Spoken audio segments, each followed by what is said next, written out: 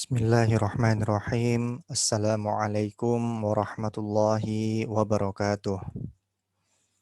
Alhamdulillah, alhamdulillahirabbil alamin. Wassalatu wassalamu ala Rasulillah wa ala alihi wa sahbihi wa man tabi'ahum bi ihsanin ila yaumil qiyamah. Amma ba'd. Ikhwani fillah yang dirahmati Allah Subhanahu wa taala. Alhamdulillah kita ketemu lagi untuk mempelajari ilmu Al-Quran, ya. Ilmu-ilmu atau kaidah-kaidah yang berkaitan dengan Al-Quran. Kita telah melewati tilawati jilid 1 sampai jilid 6 dan sekarang masuk di bagian Al-Quran. Nah, di sini Ustadz memberikan beberapa penjelasan. Dan sekiranya anak-anak Ustadz Iqbal yang dirahmati Allah Subhanahu wa taala bisa menyiapkan buku catatannya ya supaya tidak lupa. Ya, ikatlah ilmu dengan mencatat ya biar nggak lupa. Ya, nanti kalau lupa ya atau video ini hilang ya nanti susah untuk di murojaah ya. Jadi silahkan disiapkan alat tulisnya. Ya, sudah. Ya, dicatat ini tanggal berapa, kemudian materinya tentang apa-apa saja. Ya, ada kurang lebih 4 poin yang mau Ustadz sampaikan pada pertemuan kita hari ini.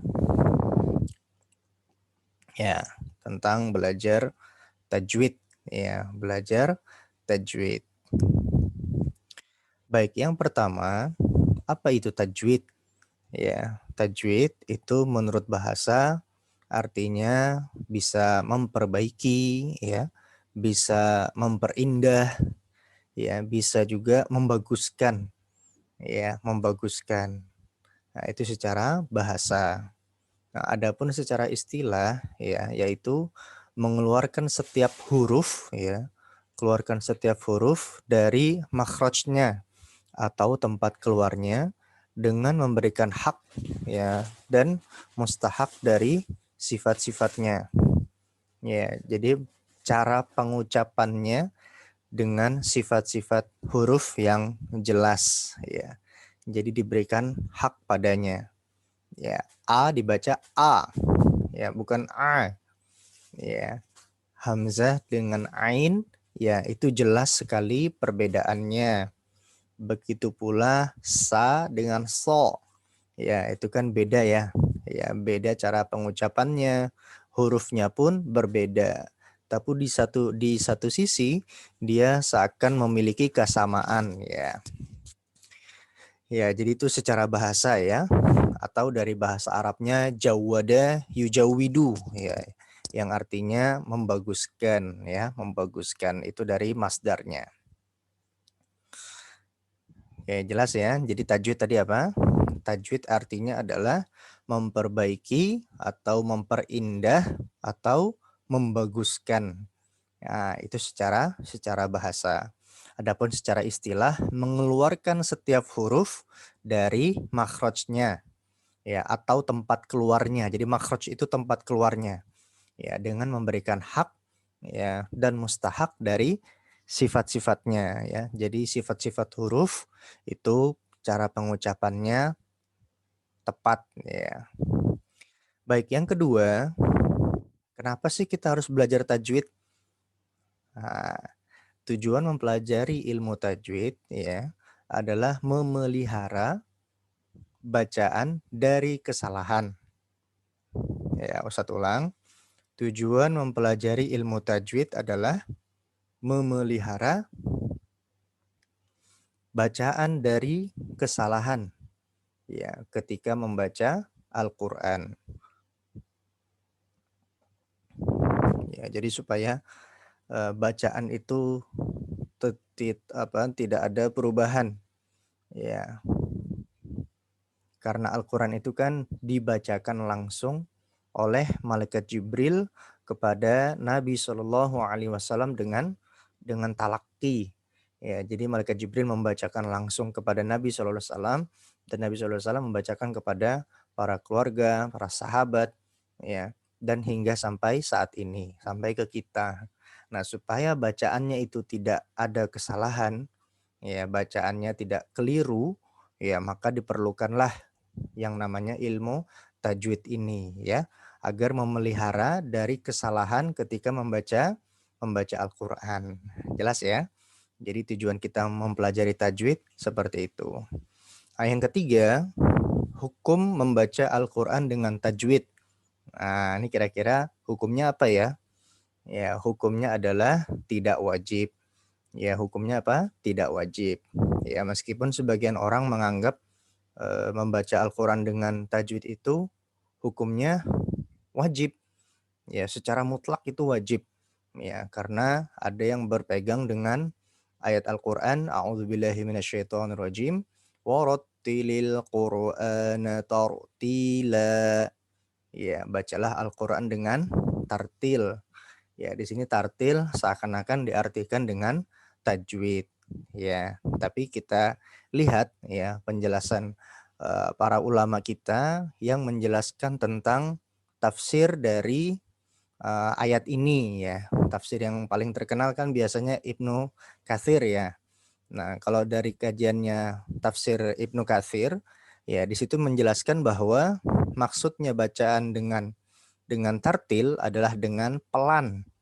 Ya, dengan pelan ya. Karena itu bisa membantu ya untuk memahami dan juga mentadaburi ya kandungan dari ayat yang dibaca.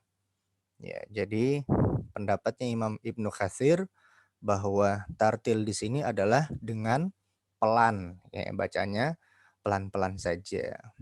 Ya, atau imam yang lain seperti Imam At-Tabrani atau Imam As-Sa'di ya, mereka juga menyatakan hal yang sama bahwa yang dimaksud dengan tartil adalah pelan-pelan ya, dibacanya jelas ya agar kita dapat mentadaburi ya, mentadabur ya, mengkaji ya kandungan dari ayat yang dibaca ya, bertafakkur ya, kemudian hati bisa tergerak ya karena membaca ayat-ayat Al-Qur'an ya dan seterusnya. Ya, sehingga dibutuhkanlah yang namanya ilmu tajwid ini ya atau dibacalah Al-Qur'an ini dengan tartil ya, dengan pelan-pelan, tidak terburu-buru agar makharijul hurufnya, tempat keluarnya huruf tadi itu jelas ya. Kita juga dengan tartil atau dengan sifat-sifat yang jelas. Ya, sampai kemarin itu ada yang setoran bacaan Qur'annya seperti ini. Ya, qul ya ayyuhal kafirun la a'budu ma ta'budun wa la antum a'biduna ma'bud. Nah, itu tidak seperti itu ya. Boleh cepat, tapi tajwidnya harus juga diperhatikan. Misal, qul ya ayyuhal kafirun la a'budu ma ta'budun wa la antum 'abiduna ma a'bud. Misalnya seperti itu. Mau cepat tapi tajwidnya tetap harus diperhatikan ya. Ada juga yang baca begini. Tabbat yada abi lahabi wa tab ma aghna anhu maluhu wa ma kasab. Sayasla naran zata lahab. Ya, seakan-akan dikejar-kejar ya. Jadi ketika mau menyetorkan bacaan Qur'annya, tarik nafas dalam-dalam ya baru kemudian dibaca ya. Dan Ustadz minta dibaca Al-Qur'annya ya, bukan setoran bentuk hafalan. Kalau bentuk hafalan ya, kalian tidak melihat Al-Qur'an sehingga tidak tahu persis apa yang sedang dibaca ya. Jadi ketepatan dalam pengucapan itu sangat dibutuhkan. Ya, makanya kita belajar tajwid ya, bukan untuk menghafal. Sudah berapa poin yang kita bahas? 3 ya. Apa tadi yang pertama? Tajwid ya, tajwid secara bahasa dan secara istilah. Yang kedua, tujuannya ya, tujuan mempelajari ilmu tajwid. Yang ketiga, hukum tajwid ya. Hukum tajwid itu tidak wajib ya, meskipun sebagian ada yang menganggap itu wajib, tapi kita merujuk kepada pendapat para ulama tafsir bahwa yang dimaksud dengan tartil adalah dengan pelan ya, tidak terburu-buru. Baik, lanjut ke poin keempat, bahwa kesalahan dalam membaca Al-Qur'an ada dalam kategori yang besar dan juga kesalahan yang kecil. Ya, jadi dalam membaca Al-Qur'an itu terdapat kesalahan yang besar dan juga kesalahan yang kecil. Apa bedanya? Kesalahan besar itu dapat mempengaruhi arti ya atau makna dari kata yang diucapkan. Ya, sedangkan kesalahan yang kecil itu tidak terlalu mempengaruhi arti atau makna dari kata yang dibaca. Misal, qul huwallahu ahad. Pakai ko ya. Qul, katakan. Ya, katakanlah Muhammad, sembahlah Tuhanmu yang esa. Ya, itu artinya ucapkan atau katakan. Tapi kalau koknya itu dibaca ka, kul pakai kaf. Kul huwallahu ahad. Wahai Muhammad, makanlah Tuhanmu yang satu. Ya, kul itu artinya makan, kata perintah. Makanlah. Ya, kalau aslinya apa? Katakanlah, jangan sampai malah makanlah. Nah, ini kesalahan yang besar ya, karena dia mempengaruhi arti ya, jangan sampai seperti itu. Ya, kemudian ada kesalahan yang kecil tapi dia tidak mempengaruhi arti. Ya, kalau diminta bacakan surah Al-Kafirun. Ya, Al-Kafirun ayat ke-6. Lakum dinukum wal yadin atau waliyadin. Nah, lamnya itu sukun atau kasroh. Nah, terkadang orang tidak jeli melihat ini. Ya, asal baca saja. Lakum dinukum wal yadin. Padahal yang benar lakum dinukum waliyadin ya. Ada liya di situ, lamnya kasroh bukan sukun. Ya, seperti itu. Nah, ada juga yang mengucapkan qalqalah bukan pada tempatnya. Ya, bukan pada tempatnya. Apa contohnya? Misal iyyaka na'budu wa iyyaka nasta'in. Ya, itu qalqalah di huruf sin. Padahal tidak boleh qalqalah, ya kan? Nasta'in atau ala ya, alhamdulillah padahal ya harus jelas alhamdu dengan nah, enggak boleh qalqalah. Nah, itu kesalahan-kesalahan yang kecil ya. Dia tidak mempengaruhi arti, tapi sebisa mungkin kita menghindari itu. Taib, mungkin itu dulu pelajaran tilawati kita hari ini 4 poin, dan kalau bisa dicatat ya sehingga bisa kita murojaah, dan insya Allah kita ketemu lagi besok untuk materi-materi selanjutnya. Demikian yang bisa Ustaz sampaikan, mudah-mudahan manfaat.